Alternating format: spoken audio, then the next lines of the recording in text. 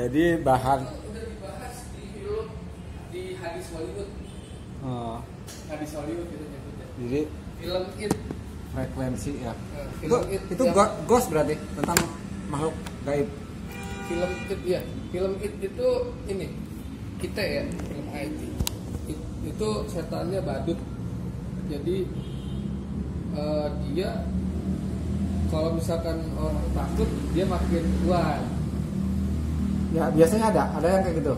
Dan misalkan Terus kalau misalkan dia berani gitu malah ngecekin si hantunya itu, dia makin lemah, lama-lama hilang. Gitu.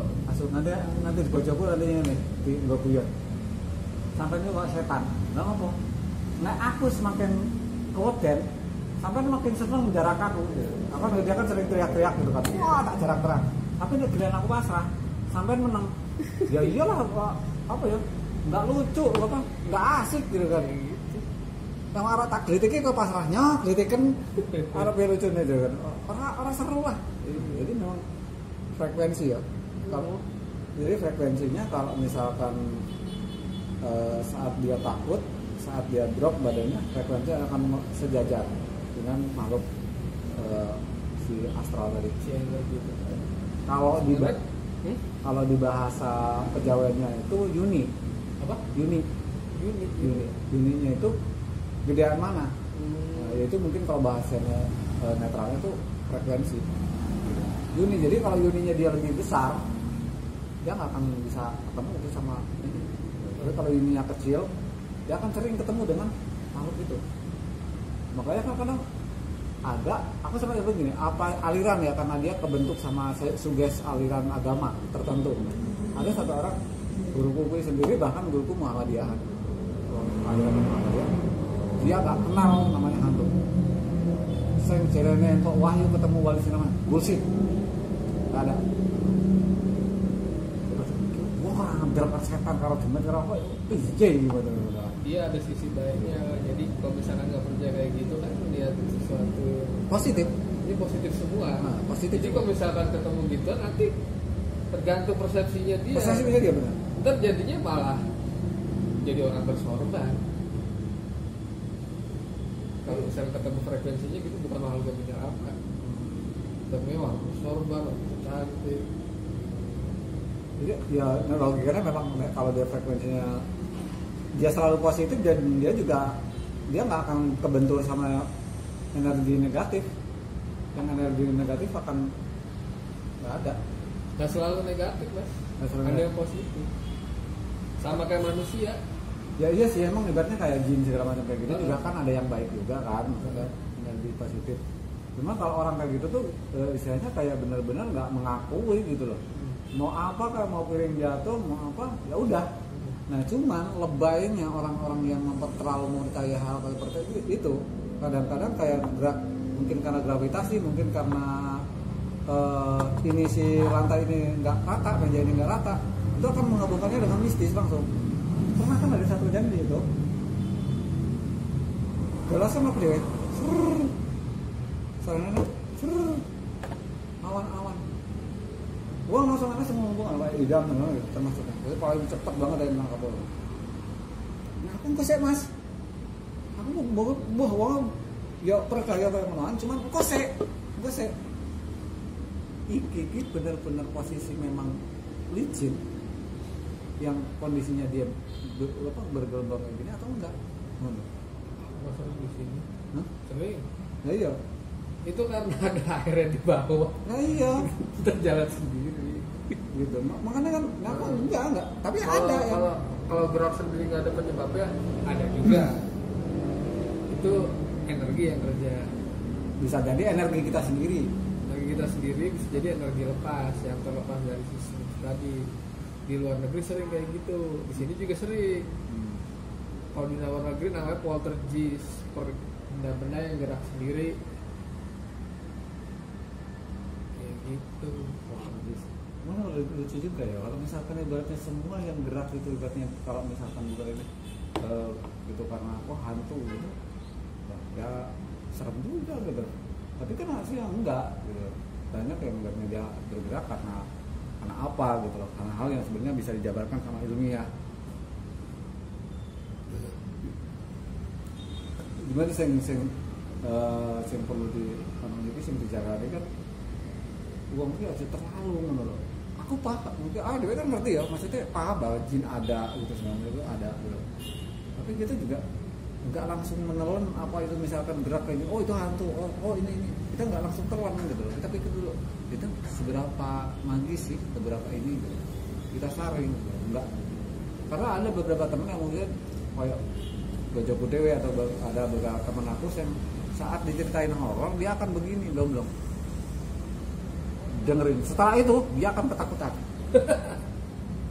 Gampang banget itu bang aja benar kok orang yang mungkin frekuensinya ya itu lemah, gampang banget frekuensinya lemah. Makanya ini kan si Andre itu nang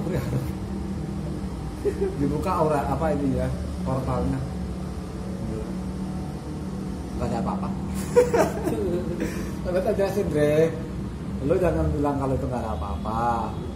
Kemungkinan kalau di bahasa gua ya bilang gitu kan, yang gua tahu itu unit lu tuh lebih besar.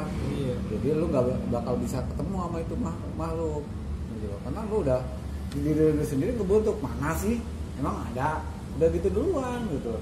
Sama kayak orang apa ya, diajarin luwes joget gitu dipegangin tangannya gitu, cuman dia kaku, mana bisa joget. Iya.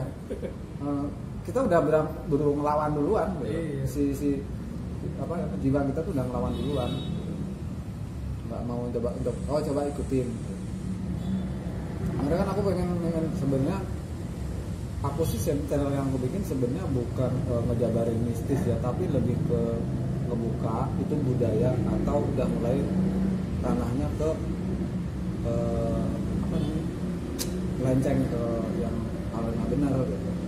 Misalkan seenggaknya kalau misalkan ada orang yang bikin tradisi itu ya langsung dicam, tanya dulu ini apaan gitu. Karena kan banyak kan enggak sekarang begitu ngeliat, oh ini orang bakal banyak, oh ini kalau gini mas, aku banget coba untuk tanya gitu. Kalau tradisi orang dari tanah Jawa itu pasti kalau di kampung di sana di kampung juga pakai tradisi kalau mau nanam padi itu bakal kenyang dulu, terus dia biasanya ada kayak sajen gitu, ada telur ada apa gitu.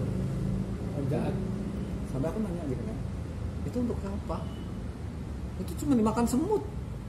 Gitu. Kadang-kadang kalau aku anak-anak aku ngumpul sama anak-anak ini nakal gitu ya, udah kita colong untuk telur sama makalannya, gitu lumayan kan. Biasanya si telurnya doang gak diambil gitu.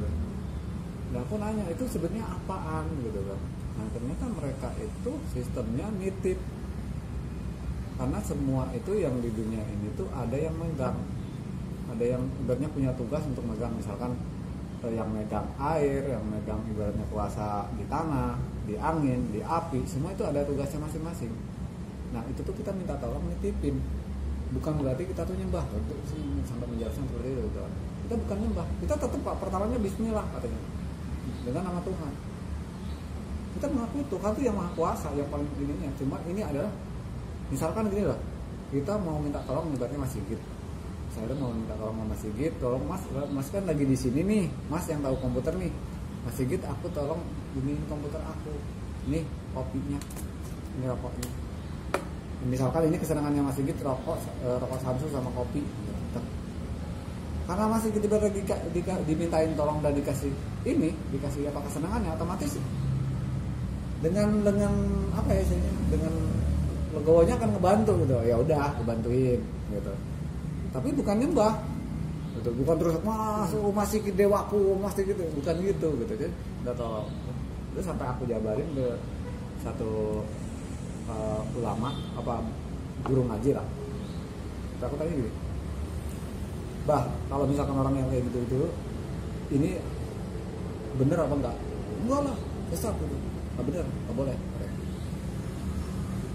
Gini, kalau misalkan itu kan semuanya ada langsung kontaknya langsung sama Allah, sama Tuhan.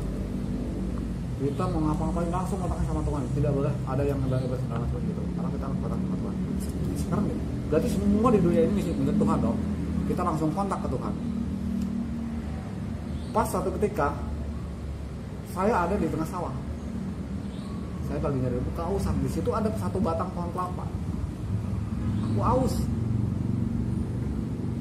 kalau misalnya udah terlalu kering ini mau pulang masih jauh, aku naik dan aku ambil. Karena apa? Pohon kelapa ini milik Allah, tumbuhan semua di dunia ini milik Allah. Tapi begitu turun kok ada pemiliknya datang dan dia tuh marah-marah dan mau lepas palatnya aku. Itu gimana? Terus itu ya siapa yang salah? Karena aku punya sistem, aku punya prinsip bahwa ini semua milik Allah. Aku minta